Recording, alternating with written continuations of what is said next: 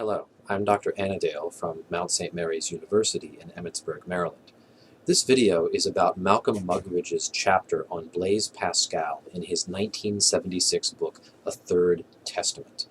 Before getting to the text, I will give you some discussion questions to think about as you listen and read.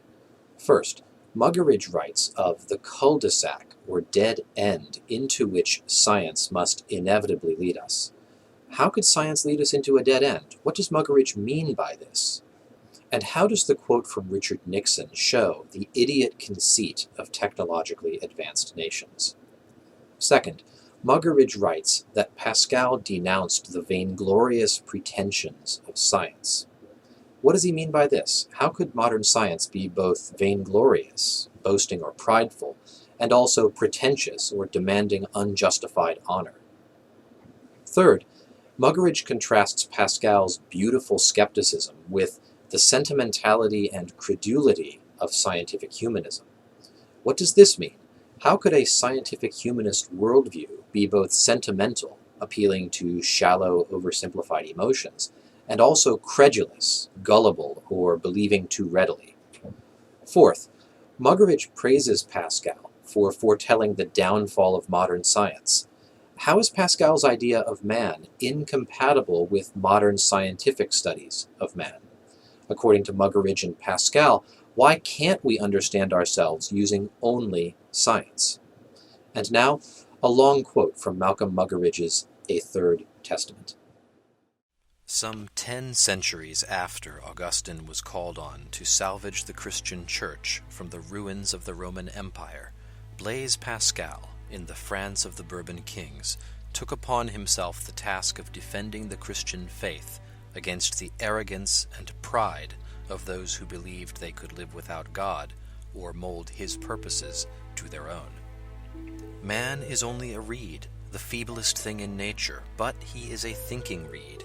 It is not necessary for the entire universe to take up arms in order to crush him. A vapor, a drop of water, is sufficient to kill him. But if the universe crushes him, man would still be nobler than the thing which destroys him, because he knows that he is dying, and the universe which has him at its mercy is unaware of it. Thus, more than 3 centuries ago, Pascal, in his great work, the Conceit, defined man's superiority to nature. If ever there was a thinking reed, it was Pascal himself. In his short life, he died when he was 39 years old, he established himself as an outstanding mathematician, scientist, and inventor, to the point that it was considered by no means odd to compare him with Aristotle. Under Pascal's direction, for instance, an experiment was conducted which established the existence of atmospheric pressure, thereby laying the foundations of the modern science of hydraulics. In Clermont-Ferrand, where Pascal was born, is displayed the mechanical calculator, or as he called it, machine arithmétique, designed on the same essential lines as today's computer. In the field of pure mathematics, he is also one of the great names, an astonishing yield for one abbreviated life, any item of which would have been enough to ensure that Pascal would continue to be remembered. It is not, however, for any or all of these achievements that his fame has grown throughout the centuries since his death, but for something that I, like many others before me, consider immeasurably greater: his sublime defense of faith as the one sure guide to reality, and of the Christian religion as showing Western man the way out of the cul-de-sac into which science must inevitably lead him. This cul-de-sac of science has only become the more evident during the 20th century, in which science has advanced further towards exploring and explaining the nature and mechanisms of matter than in all the rest of recorded time. The spectacle which Pascal imagined, and we have actually seen, of our Earth as a tiny revolving ball in the immensity of space, one among innumerable others great and small, far from turning us to God as Pascal had hoped, has served rather to sharpen and intensify the idiot conceit of technologically advanced nations. This is well illustrated by the words with which then U.S. President Richard Nixon greeted the first astronauts on their return from the moon. Let me close off with just one thing. I was thinking, as you came down, it had only been 8 days, just a week, a long week, and that this was the greatest week in the history of the world since the creation. As Pascal foresaw, science, like the old pagan gods, has come to belong to man's quest for power, not truth. Man is a thinking reed, yes, but his very thought processes, properly pursued, induce him to realize the limitations of thought. For the same reason, Pascal, the most brilliant scientist of his time, denounced not the methods, but the vainglorious pretensions of science, and an incomparable intellect devoted itself to showing how very little the intellect can do. Know then, proud man, what a paradox you are to yourself. Humble yourself, impotent reason. Be silent, dull-witted nature, and learn from your master your true condition, which you do not understand. Listen to God. See the earth as a point compared with the vast circles it describes. Stand amazed that this circle itself is only a tiny point in relation to the course traced by the stars revolving in the firmament. That the whole visible world is no more than an imperceptible speck in the ample bosom of nature. Having thus lost himself in creation's vast perspectives, man may find himself again in a God who cannot see a sparrow fall to the ground without concern, Pascal insisted. Indeed, I consider that it was a beneficent, if not miraculous, circumstance that Pascal was unable to proceed beyond the notes.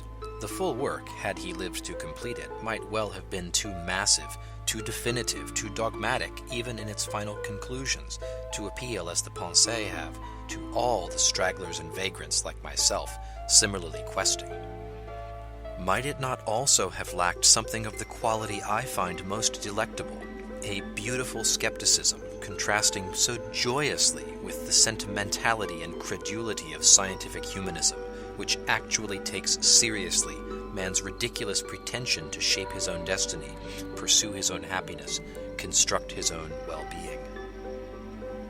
There is nothing so absurd that it has not been said by one philosopher or another. Pascal quoted Cicero as having said. The subsequent centuries have certainly not detracted from the force of this observation, least of all our own. To Pascal, what sort of creature was this monster man?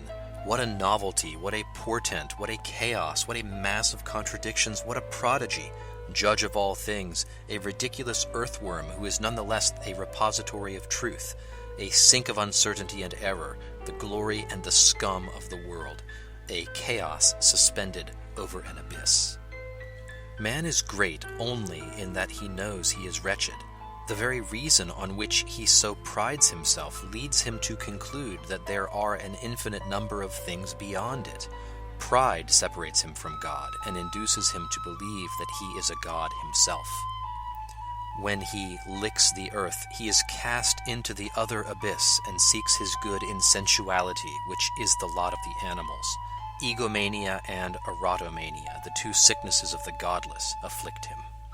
In the Pensées, at the very moment of the birth of science, as we know it today, Pascal prophesied its downfall, which we are witnessing. As men came to grasp the vast extent and complexity of creation, ranging between the minuteness of the atom and the immensity of the universe, they would become, as he predicted, terrified by the eternal silence of these infinite spaces. A choice would confront them between seeing the whole future of man locked up immutably in his physical being, in his genes, or accepting in humility and contrition a role in the mysterious purposes of a loving God. With passionate intensity and the clarity of an evening star shining in a darkening sky, Pascal plumped for the latter choice. If it was a wager, he would bet on it. If a vigil, he would watch for it. If a martyrdom, he would die for it. The alternative to God was nothingness. The way to God was revealed by Jesus Christ, who is by his glory all that is great, being God, and is by his mortal life all that is stunted and abject, who assumed his wretched condition in order that he might be in all people, and serve as a model for all conditions of men. So Pascal takes us along with him on his own arduous mental and spiritual pilgrimage, delivering us at his destination where we find the intersection of time and eternity in a cross, on which God dies in the person of a man, and a man rises from the dead in the person of God.